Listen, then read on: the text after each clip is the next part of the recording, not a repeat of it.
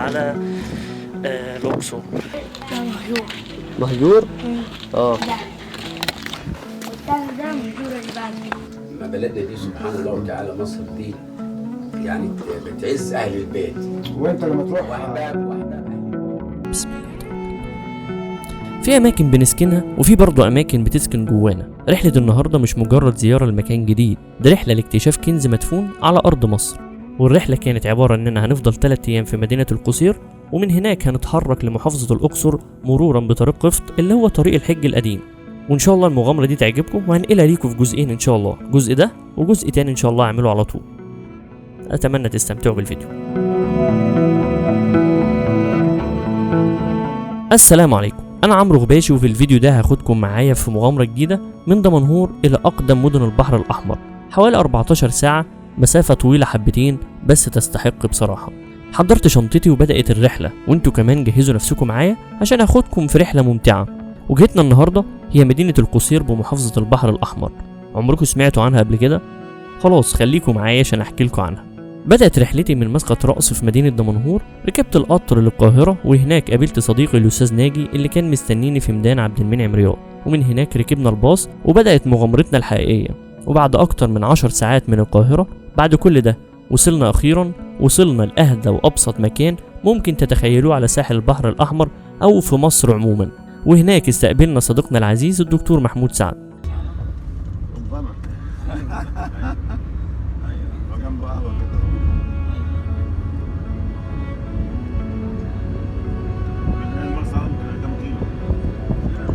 يعني من اول ما تطلع من القصير يسموها مرسى، بس لغايه البلد نفسها 140 كيلو، لغايه بورت العالم 65.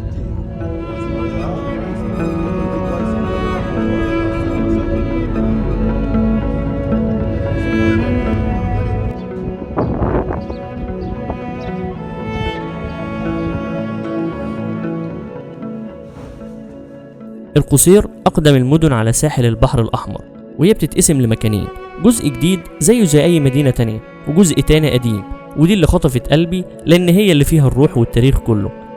ده البحر، أي حد عايز يستمتع بالبحر طبعا. دي المينا زي ما قلنا اللي كان الحديد بيتجمعوا هنا وبيبدأوا يسافروا للسعودية في الاتجاه ده، مسافة حوالي 200 كيلو. واللي هناك ده الأبيض ده مبنى الحجر الصحي.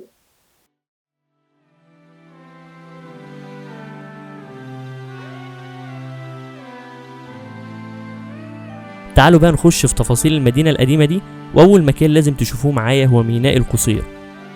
الميناء ده مش مجرد مكان بترسى فيه المراكب، ده كان ميناء الحج القديم. تخيلوا حجاج بيت الله الحرام كانوا بيتجمعوا هنا في القصير، ومن هنا كانوا بيتحركوا في رحلتهم المقدسة للحجاز. يعني كل حجر هنا شاف آلاف الحجاج وسمع دعوات وشاف وداع ولقاء. وجنب الميناء بشوية هتلاقوا القلعة أو الطابية زي ما بيقولوا عليها.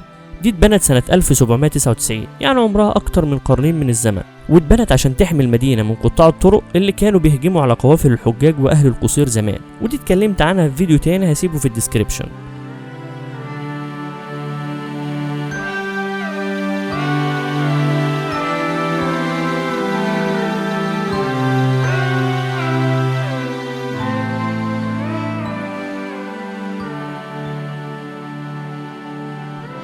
وما ننساش طبعا شونة الغلال. المبنى ده بتصميمه الفريد كان مركز مهم جدا لتخزين القمح والعدس والشعير، وكان بيساعي حوالي 19 طن.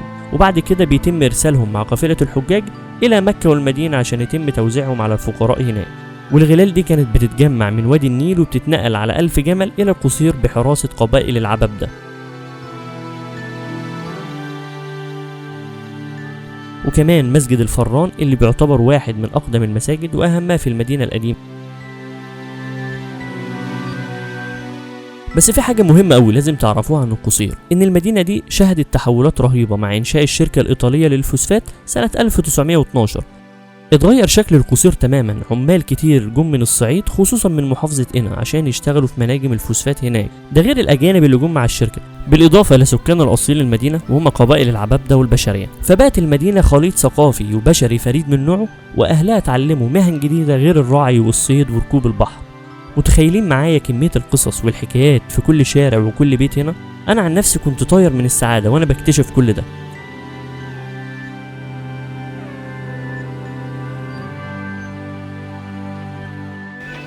يمشي بقى حمو دخلني الحركة. فرجني بقى الحرب. ده البيت ده مهجور. مهجور؟ اه. ده والتاني ده مهجور الباب، لكن البيت ده في ناس. وده الخشب. والحارة دي كلها يعني مثلا تقول كلها أغلبيتها مهجورة. هذا في ناس، ده في ناس. البيت اللي في الشق ده بقى مهجور. أي ده حارة. وده مهجور. ده في ناس. ده مهجور.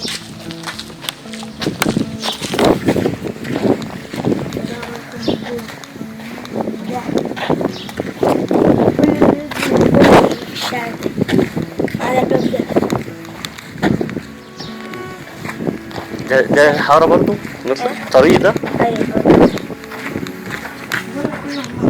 وده معظم البيوت فاضية، مفيش حد ساكن. دي بقى هنا كانت مقر العمال، بس اللي هم متجوزين، اللي هم لهم عائلة. العزاب كانوا في مكان تاني، كان هنا العائلات. البيوت كلها بنفس الستايل كده، نفس الستايل بتاعها، نفس الشكل.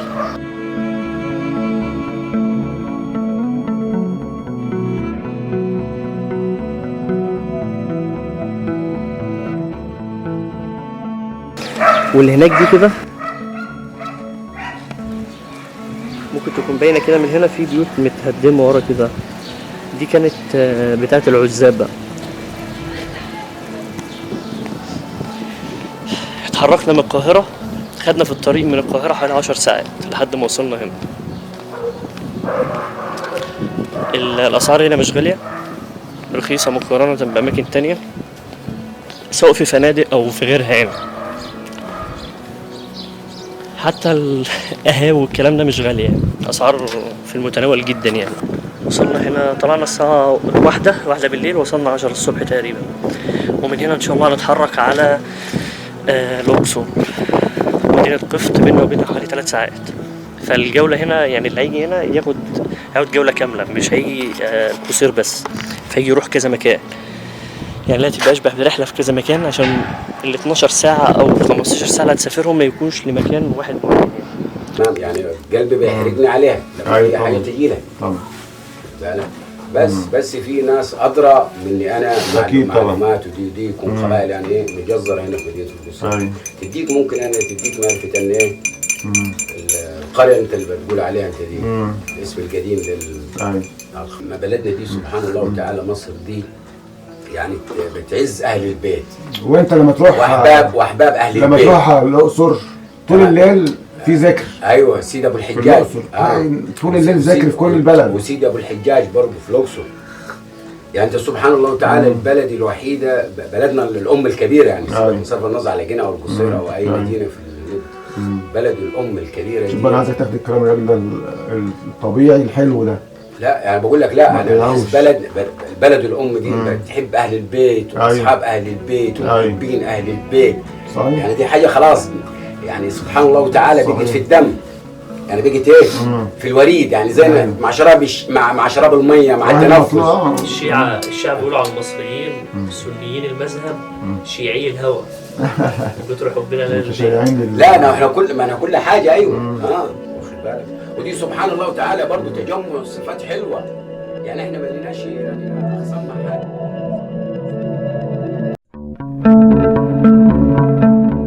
وبكده نكون وصلنا لنهاية رحلتنا المدهشة في مدينة القصير، واشوفكم في الجزء الثاني اللي هنتكلم فيه عن القلعة وباقي المدينة ان شاء الله.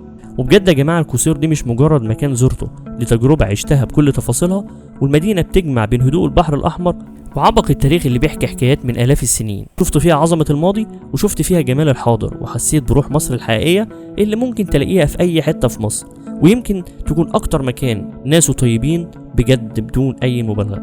بتمنى تكونوا استمتعتوا بالرحلة دي معايا، وإني أكون قدرت أنقل ليكم جزء صغير من الإحساس اللي عشته. لو الفيديو ده عجبكم ما تنسوش تعملوا لايك وتشيروه مع أصحابكم اللي بيحبوا السفر والاكتشاف. بس ثواني كده قبل ما انهي الفيديو، عندي سؤال ليكم، ايه اكتر حاجة شدتكم في مدينة القصير؟ وايه اكتر مكان تاريخي او مدينه قديمه نفسكم تزوروها في مصر؟ سيبوا لي رايكم في الكومنتات، متحمس اقرا كل ردودكم. اشوفكم في مغامره جديده وحكايه تانية من حكايات بلدنا الجميله. السلام عليكم.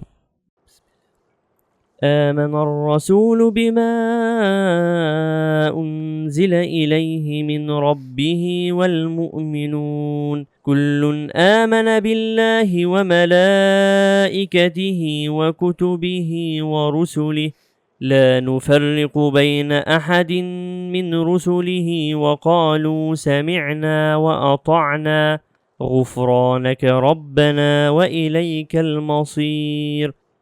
لا يكلف الله نفسا إلا وسعها لها ما كسبت وعليها ما اكتسبت ربنا لا تؤاخذنا إن نسينا أو أخطأنا ربنا ولا تحمل علينا إصرا كما حملته على الذين من قبلنا ربنا ولا تحملنا ما لا طاقة لنا به واعف عنا واغفر لنا وارحمنا أنت مولانا فانصرنا على القوم الكافرين.